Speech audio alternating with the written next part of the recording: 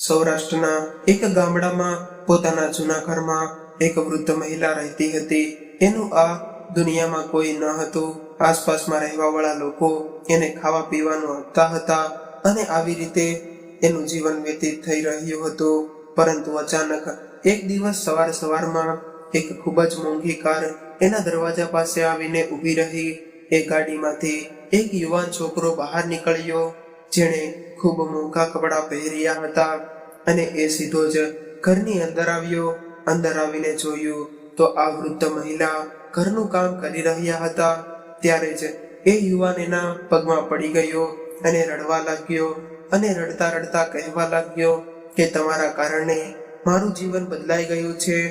અચાનક આ યુવાનને પોતાના ઘરમાં આવેલો જોઈને વૃદ્ધ મહિલા મૂંઝવણમાં પડી ગયા અને વિચારવા લાગ્યા કે આ છોકરો કોણ હશે અને મેં એની જિંદગી કેવી રીતે બદલી નાખી. કોણ હતો એ છોકરો અને શું હતી આ વૃદ્ધ મહિલાની કહાની? બધી જ હકીકત જાણવા માટે આ વિડીયોને અંત સુધી ધ્યાનથી સાંભળજો. મિત્રો, આ કહાની ગુજરાત રાજ્યના એક નાનકડા ગામડામાં રહેતી એક વૃદ્ધ મહિલાની કહાની છે, જેનું નામ કમળાબેન હતું. એના પતિનું નામ રમેશભાઈ હતું. એ બંને પતિ પત્ની મજૂરી કામ કરીને પોતાના ઘરનું ગુજરાન ચલાવતા હતા.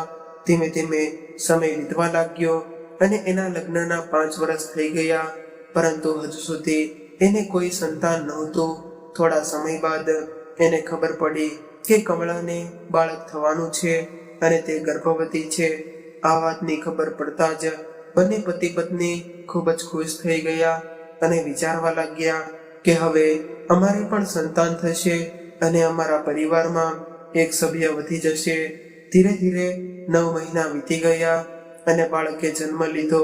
કમળાએ એક દીકરાને જન્મ આપ્યો હતો અને એ દીકરાનું નામ વિરલ રાખ્યું. હવે ઘરની અંદર એક સભ્ય વધી ગયું હતું એટલે રમેશ વધારે મહેનત કરવા લાગ્યો. ધીરે ધીરે વિરલ મોટો થવા લાગ્યો અને જ્યારે એ 5 વર્ષનો થયો ત્યારે અચાનક બીમારીને કારણે પિતાનું મૃત્યુ થઈ ગયું. રમેશભાઈના મૃત્યુ બાદ કમળા અંદરથી ભાંગી પડી અને વિચારવા લાગી કે હવે હું શું કરીશ? હવે તો મારા પતિ પણ નથી રહ્યા અને હું એકલા હાથે મારા દીકરાને કેવી રીતે મોટો કરી શકીશ? ત્યારે એના પિયરવાળા કમળાને સમજાવવા લાગ્યા કે હજુ તો તારી નાની ઉંમર છે, એટલે આ બાળક અમને સોંપી દે, અમે એને સાચવી લઈશું અને તું બીજા લગ્ન કરીને તારું ઘર વસાવી લે. જિંદગી ખૂબ જ લાંબી છે અને આવી રીતે એકલા રહીને પસાર નહીં થઈ શકે. પિયરવાળાની આવી વાત સાંભળીને કમળાને ખૂબ જ દુઃખ લાગ્યું અને એ કહેવા લાગી કે મારો દીકરો મારા પતિની આખરી નિશાની છે, એટલે હું એને કોઈ બીજાના હાથમાં નહીં સોંપું. હું એના સહારે જ મારી જિંદગી વિતાવી લઈશ, પરંતુ હું બીજા લગ્ન નહીં કરું.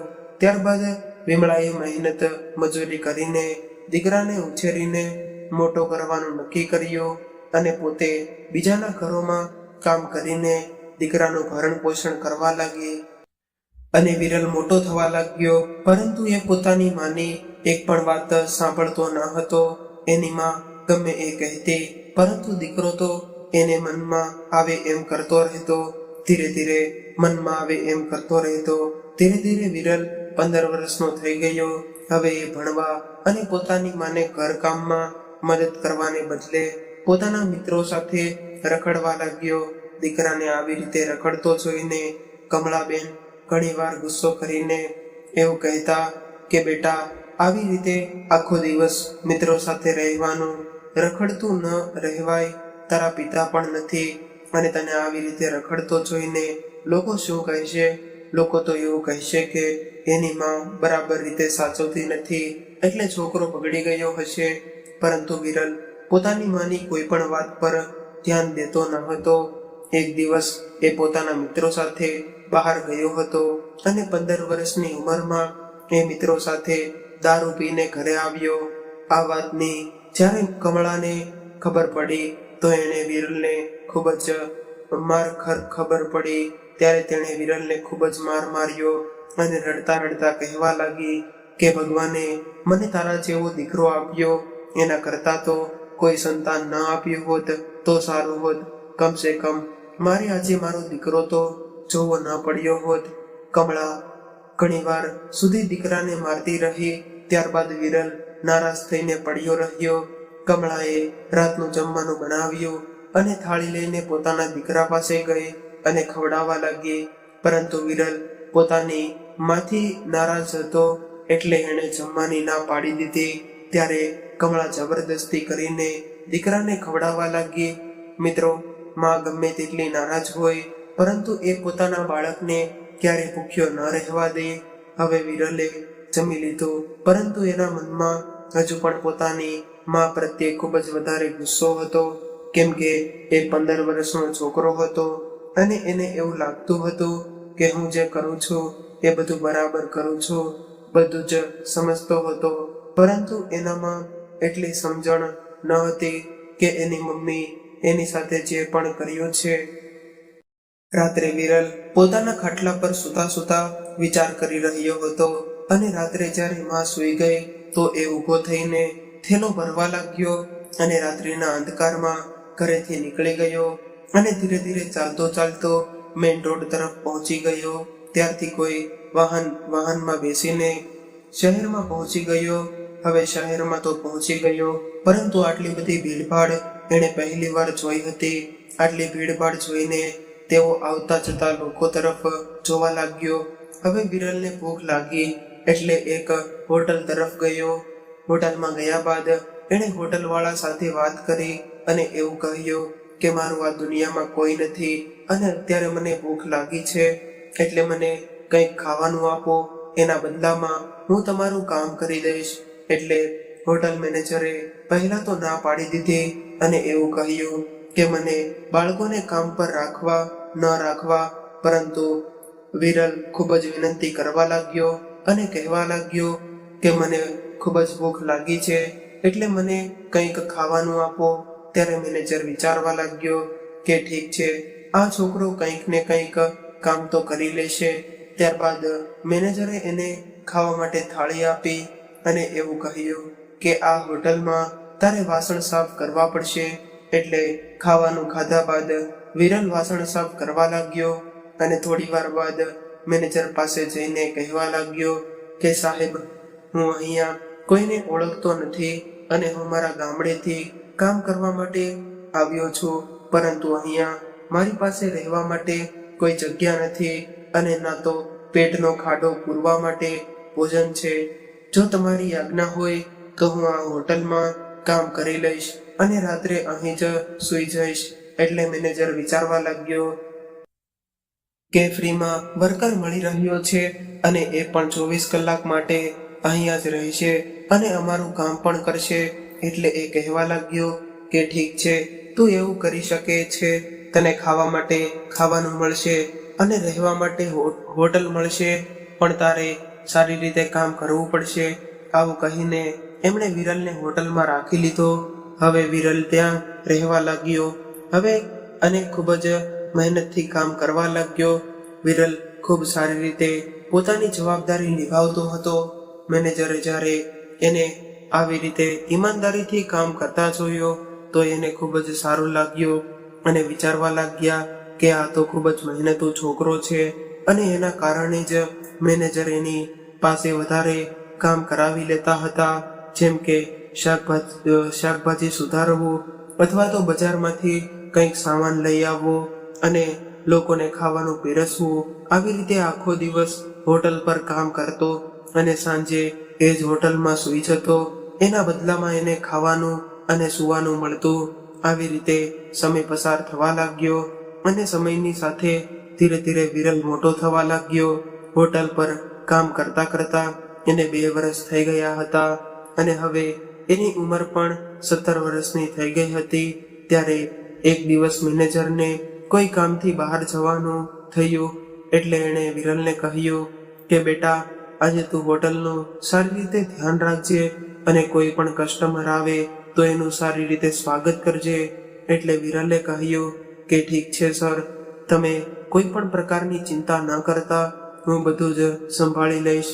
વિરલે હવે 2 વર્ષની અંદર હોટલના બધા જ કામ શીખી લીધા હતા એને ખબર હતી કે ગ્રાહકોને કઈ રીતે હેન્ડલ કરવાના હોય છે અને કઈ રીતે એની સાથે વ્યવહાર કરવો જોઈએ. મેનેજર હવે 2 દિવસ માટે છુટ્ટી પર જતા રહ્યા અને 2 દિવસ સુધી વિરલ હોટલને સારી રીતે મેનેજ કરવા લાગ્યો અને ગ્રાહકને સારી રીતે સંતુષ્ટ કર્યા. હવે 2 દિવસ પછી જ્યારે મેનેજર પાછો આવ્યો તો એણે જોયું કે વિરલે હોટલને સારી રીતે મેનેજ કરી છે અને હોટલના વર્કરોને એવું જણાવ્યું કે વિરલે ખૂબ જ સારી રીતે કામ કર્યું છે અને એને કંઈ પણ પ્રોબ્લેમ નથી આવ્યો.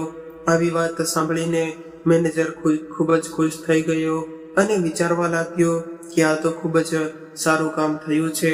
હવે આ ઘટના બાદ મેનેજર વારંવાર છુટ્ટી પર જતો રહેતો અને પાછળથી વિરલને આખી હોટલની દેખભાળ કરવી પડતી.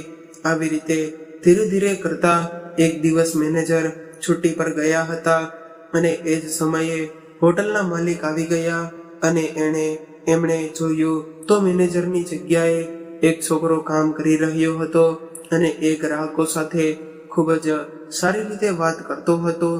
જ્યારે હોટલના માલિક અંદર આવ્યા તો વિરલે એની સાથે સારી રીતે વ્યવહાર કર્યો અને એવું પૂછ્યું કે સર, તમને જમવામાં શું જોઈએ છે? ત્યારબાદ માલિક એક ટેબલ પર બેસી ગયા અને એમણે ખાવા માટે ઓર્ડર આપી દીધો. હોટલના માલિક ટેબલ પર બેઠા બેઠા જમવાની રાહ જોઈ રહ્યા હતા.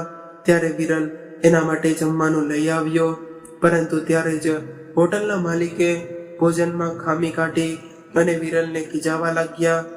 એટલે બધો જ સ્ટાફ ત્યાં ભેગો થઈ ગયો, પરંતુ વિરલે ખૂબ જ સારી રીતે હેન્ડલ કરવાની કોશિશ કરી અને ખૂબ જ શાંતિ અને પ્રેમથી હોટલના માલિક સાથે વાત કરી. અને આ જોઈને હોટલના માલિક મનમાં ને મનમાં ખૂબ જ ખુશ થયા અને એ જાણતા હતા કે હું આ હોટલનો માલિક છું. એ આ છોકરાને ખબર નથી, છતાં એ કેટલો પ્રેમથી અને સન્માનથી વાત કરી રહ્યો છે. આનો મતલબ એવો થયો કે આ છોકરો બધા જ ગ્રાહકો સાથે ખૂબ જ સારી રીતે વર્તન કરતો હશે. સ્ટાફના અમુક લોકો જે જૂના વર્કર્સ હતા એ લોકોને માલિકને ઓળખતા હતા, એટલે એ લોકો માલિકને નમસ્તે કરવા લાગ્યા. આવું જોઈને વિરલ થોડો હેરાન રહી ગયો અને પૂછવા લાગ્યો કે આ કોણ છે? તો જૂના વર્કરોએ જણાવ્યું કે આ આપણી હોટલના માલિક છે અને તેઓ ક્યારેક ક્યારેક હોટલની મુલાકાત લેવા માટે આવે છે. આવી વાત સાંભળીને વિરલ એકદમ શાંત થઈને ઊભો રહી ગયો. ત્યારે હોટલના માલિક એની પીઠ થપથપાવીને કહેવા લાગ્યા કે બેટા, આજે જે તે કંઈ પણ કર્યું છે એ ખૂબ જ સારું અને બરાબર કર્યું છે. ત્યારબાદ એમણે વિરલને એવું પૂછ્યું કે બેટા, આ હોટલના મેનેજર કે જેને મેં રાખ્યા હતા એ ક્યાં છે? એટલે બધા જ સ્ટાફ વાળાઓએ કહેવા લાગ્યા કે એ તો વારંવાર છુટ્ટી પર જતા રહે છે અને એ છુટ્ટી પર જાય ત્યારે વિરલને જ કામ સોંપીને જાય છે અને વિરલ આપણી હોટલની અંદર જ રહે છે. હોટલ માલિકે વિરલનું કામ તો જોઈ લીધું હતું અને એની મજબૂરી પણ સમજી લીધી હતી કે એની પાસે રહેવા માટે ઘર નથી અને એ ખૂબ જ ઈમાનદારીથી કામ કરે છે. થોડી વાર બાદ હોટલ માલિકે એના મેનેજરને ફોન કર્યો અને એવું કહ્યું કે આજ પછી તમારે મારી હોટલમાં આવવાની કોઈ જરૂર નથી, કેમ કે મેં એક બીજો મેનેજર રાખી લીધો છે. ત્યારબાદ હોટલના માલિકે વિરલને હોટલમાં મેનેજર બનાવી દીધો અને એવું કહ્યું કે બેટા, તું ખૂબ મહેનતથી અને ઈમાનદારીથી કામ કરજે. આટલું કહીને માલિક ત્યાંથી નીકળી ગયા, કેમ કે એને બીજી પણ ઘણી બધી હોટલો હતી, પરંતુ બધી જ હોટલોમાં જે હોટલોનો મેનેજર વિરલ હતો એ હોટલ ખૂબ વધારે પ્રગતિ કરવા લાગી. એ હોટલમાં ખૂબ વધારે ગ્રાહક આવવા લાગ્યા અને એની નામના દિવસે ને દિવસે વધવા લાગી. આ બધું જોઈને હોટલના માલિક હેરાન રહી ગયા અને વિચારવા લાગ્યા કે આ છોકરો ખૂબ હોશિયાર છે અને એના કારણે જ મારી હોટલમાં આટલી સારી પ્રગતિ થઈ રહી છે અને આટલા બધા ગ્રાહકો હોટલ પર આવી રહ્યા છે. એક દિવસ માલિકે એને પોતાના ઘરે બોલાવ્યો, એટલે વિરલ માલિકના ઘરે પહોંચ્યો.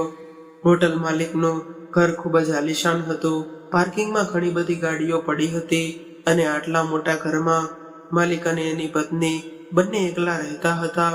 વિરલ જ્યારે ઘરની અંદર ગયો તો માલિક ભોજન કરી રહ્યા હતા, એટલે એમણે વિરલને પણ ડાઇનિંગ ટેબલ પર બેસવાનું કહ્યું. ત્યારબાદ એની સાથે વાતો કરવા લાગ્યા અને કહેવા લાગ્યા કે બેટા, જે હોટલને તું ચલાવી રહ્યો છો એનું સેલ ઘણું વધારે વધી ગયું છે અને મારે ઘણી બધી હોટલો છે, એટલે મારી એવી ઈચ્છા છે કે તું બધી જ હોટલોને આવી રીતે જ મેનેજ કરે.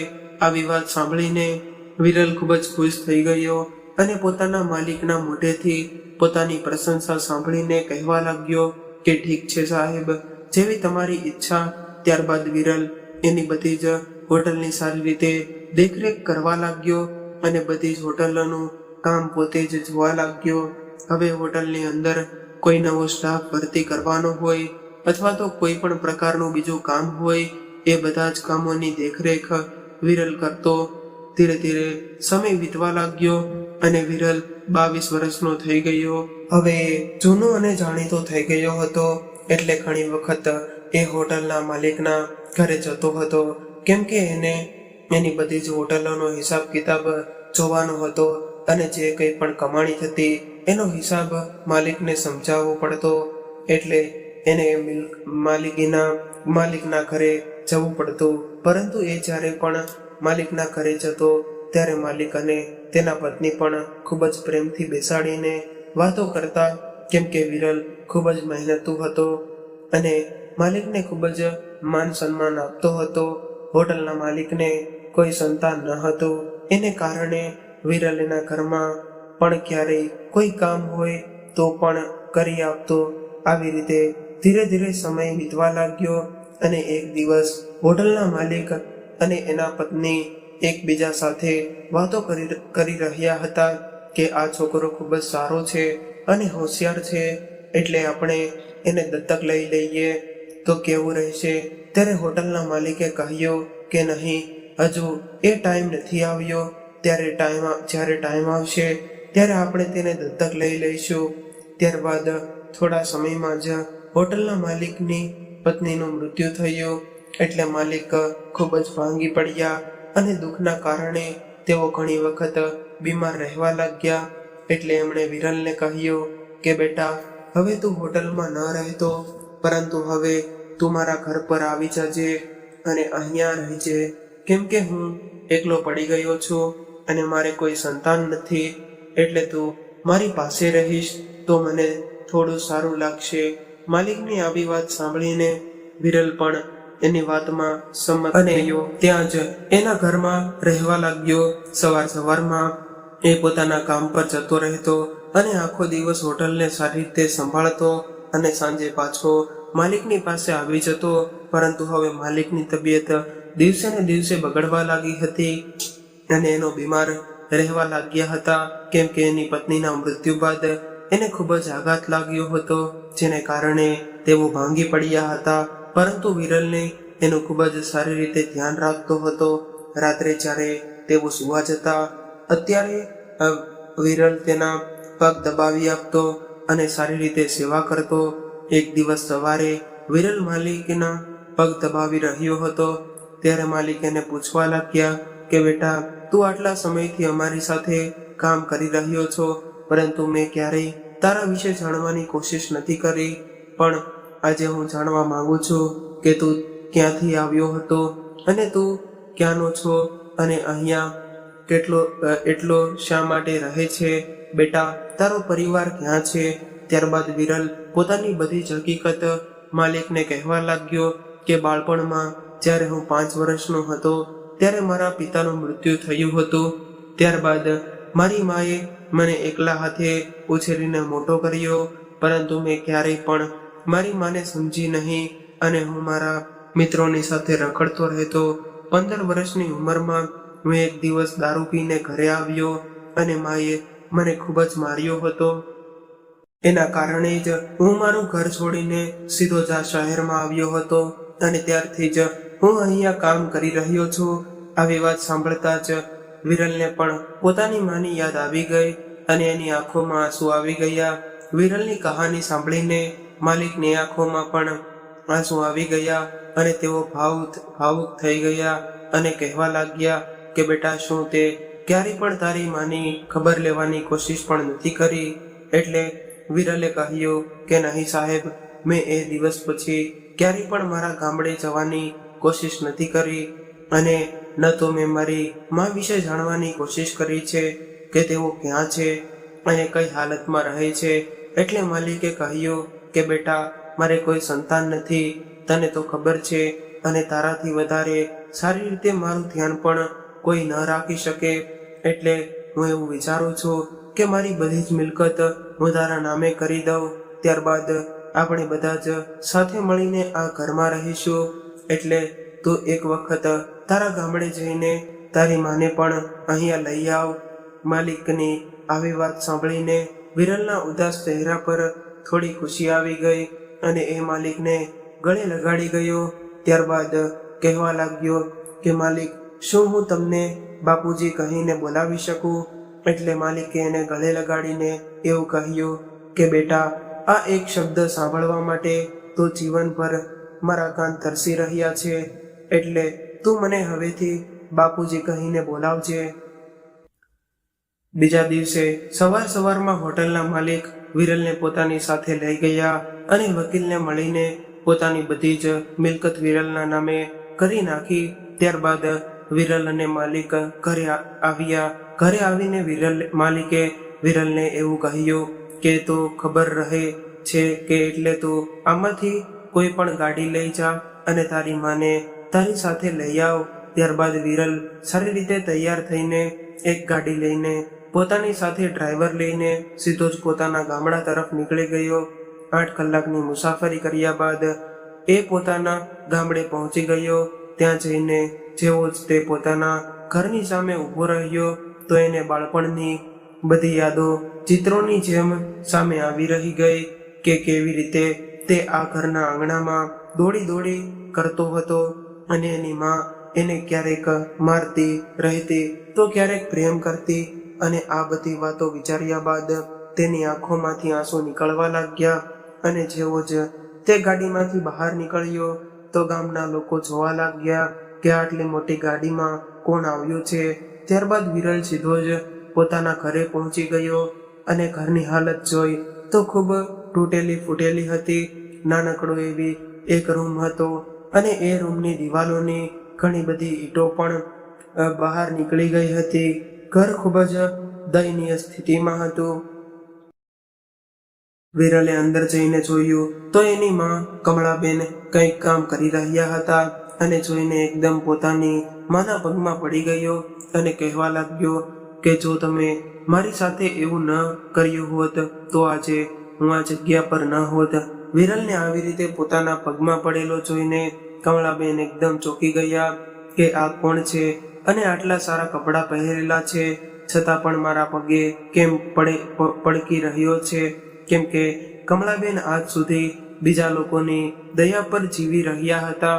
આડોશ પડોશમાં રહેવાવાળા લોકો ખાવાનું આપી જતા અને એ જ ભોજન ખાઈને કમળાબેન પોતાનું ગુજરાન ચલાવતા હતા. ક્યારેક કોઈ કામ મળી જતું તો થોડા રૂપિયા કમાઈને એનાથી પોતાની બીમારીનો ઈલાજ કરાવતા અને આવી રીતે એ પોતાનું જીવન વ્યતીત કરી રહ્યા હતા. ત્યારબાદ એણે વિરલને પોતાના પગમાંથી ઊભો કર્યો અને કહેવા લાગ્યા કે બેટા, તું કોણ છો? એટલે વિરલ પોતાની માને ગળે લાગી ગયો અને કહેવા લાગ્યો કે માં, હું તારો વિરલ છું, જે 10 વર્ષ પહેલા અહીંયાથી ગયો હતો. એ જેવું જ કમળાબેને વિરલને નામ સાંભળ્યો તો એ હેરાન રહી ગયા કેમ કે જ્યારે વિરલ ઘરેથી નીકળી ગયો હતો ત્યારબાદ એની માએ એને શોધવાની ખૂબ કોશિશ કરી હતી, પરંતુ 3-4 વર્ષ સુધી જ્યારે એ વિરલને શોધી ન શકી એટલે થાકી હારીને એણે પોતાના દીકરાને શોધવાનું બંધ કરી દીધું હતું અને એવું સમજી લીધું હતું કે મારો દીકરો મરી ગયો હશે અથવા તો હવે એ મારા જીવનમાં ફરીવાર ક્યારેય પાછો નહીં આવે. પરંતુ જેવો જ આજે 10 વર્ષ બાદ પોતાના દીકરાને જોયો તો એકદમ ભાવુક થઈ ગયા અને જોરથી રડવા લાગ્યા અને પોતાના દીકરાને ભેટી પડ્યા અને કહેવા લાગ્યા કે બેટા, તે મારી સાથે સારું નથી કર્યું મારા જીવનના 10 વર્ષ આવી રીતે જ તારા વિલાપમાં વીતી ગયા અને અત્યારે મારી ખૂબ જ ખરાબ હાલત છે. ત્યારબાદ વિરલ ઘરની અંદર ગયો તો ગામના લોકો કમળાબેનની મદદ કરતા હતા. એ લોકો પણ ઘરની અંદર ભેગા પડીને કે કમળાબેનને દીકરો આવ્યો છે જે 10 વર્ષ પહેલા એને છોડીને જતો રહ્યો હતો. તો આ બધા જ લોકોના ચહેરા પર એક ચમક આવી ગઈ અને તેઓ વિચારવા લાગ્યા કે ચાલો સારું થયું કે બિચારી કમળાબેનની વૃદ્ધાવસ્થામાં એની વૃદ્ધાવસ્થાનો સહારો પાછો આવી ગયો. ત્યારબાદ પોતાની આંખોના આંસુ લૂછીને કમળાબેન પોતાના દીકરાને પૂછવા લાગ્યા કે બેટા તું ક્યાં જતો રહ્યો હતો અને આજે તું આટલો મોટો માણસ કેવી રીતે બની ગયો. એટલે વિરલે પોતાની બધી જ કહાની માને અને ગામના લોકોને સંભળાવી દીધી. વિરલની કહાની સાંભળીને ગામના લોકોની આંખોમાં પણ આંસુ આવી ગયા અને માં વિચારવા લાગી કે મારા દીકરાને કેવા કેવા દિવસો જોવા પડ્યા હતા અને એ બધી જ મુશ્કેલીઓમાંથી પસાર થઈને મારો દીકરો આજે કેટલો મોટો માણસ બની ગયો છે. ત્યારબાદ વિરલે કહ્યું કે માં મારી સાથે ચાલો, હું તમને મારી સાથે લઈ જવા આવ્યો છું. એટલે માએ કહ્યું કે બેટા હવે આ વૃદ્ધાવસ્થામાં હું ક્યાં આવીશ, એટલે મને અહીંયા જ રહેવા દે, કેમ કે જ્યારે તું નહોતો અને મારી હાલત ખરાબ હતી તો આ ગામડાના લોકોએ જ મને સહારો આપ્યો હતો અને હું એવું નથી ઈચ્છતી કે આ લોકોને મૂકીને અહીંથી જતી રહું. એટલે વિરલ જીદ કરવા લાગ્યો કે મારે મારા માલિક સાથે તમારી મુલાકાત કરાવવી છે અને મારા માલિક પણ તમને મળવા માંગે છે. એમણે તો મને એવું કહ્યું છે કે તું તારી માને તારી સાથે લઈને આવજે. ત્યારબાદ વિરલની માં એની સાથે જવા માટે તૈયાર થઈ ગઈ અને બધા જ ગામના લોકોએ કમળાબેનને વિદાય આપી. ત્યારબાદ દીકરાની સાથે કારમાં બેસીને કમળાબેન નીકળી ગયા. વિરલ પોતાની માને લઈને પોતાના માલિક પાસે પહોંચી ગયો અને જ્યારે વિરલનો માલિક એની માને મળ્યો તો એને પગે લાગીને કહેવા લાગ્યો કે તમે તમારા દીકરાને ખૂબ જ સારા સંસ્કાર આપ્યા છે. આવું સાંભળીને વિરલની માની આંખોમાં હરખના આંસુ આવી ગયા.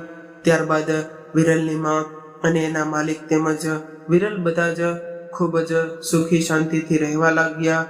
હવે કમળાબેન ક્યારેક ગામડે જતા રહેતા, પરંતુ સારી રીતે કારમાં બેસીને અને સારા એવા કપડાં પહેરીને જતા હતા. તો મિત્રો, આ વાર્તા એક એવા દીકરાની છે જેને ખરાબ રસ્તે જવાથી રોકવા માટે એની માએ એને ખૂબ જ માર માર્યો હતો. એને કારણે જ દીકરો ઘર મૂકીને ભાગી ગયો હતો અને એ ખબ સારો માણસ પોતાના ગામડે પાછો આવ્યો હતો. કદાચ બાળપણમાં એની સાથે આવું ન થયું હોત તો આજે એ એક દારૂડિયો અથવા તો ખરાબ વ્યક્તિ બની ગયો હોત.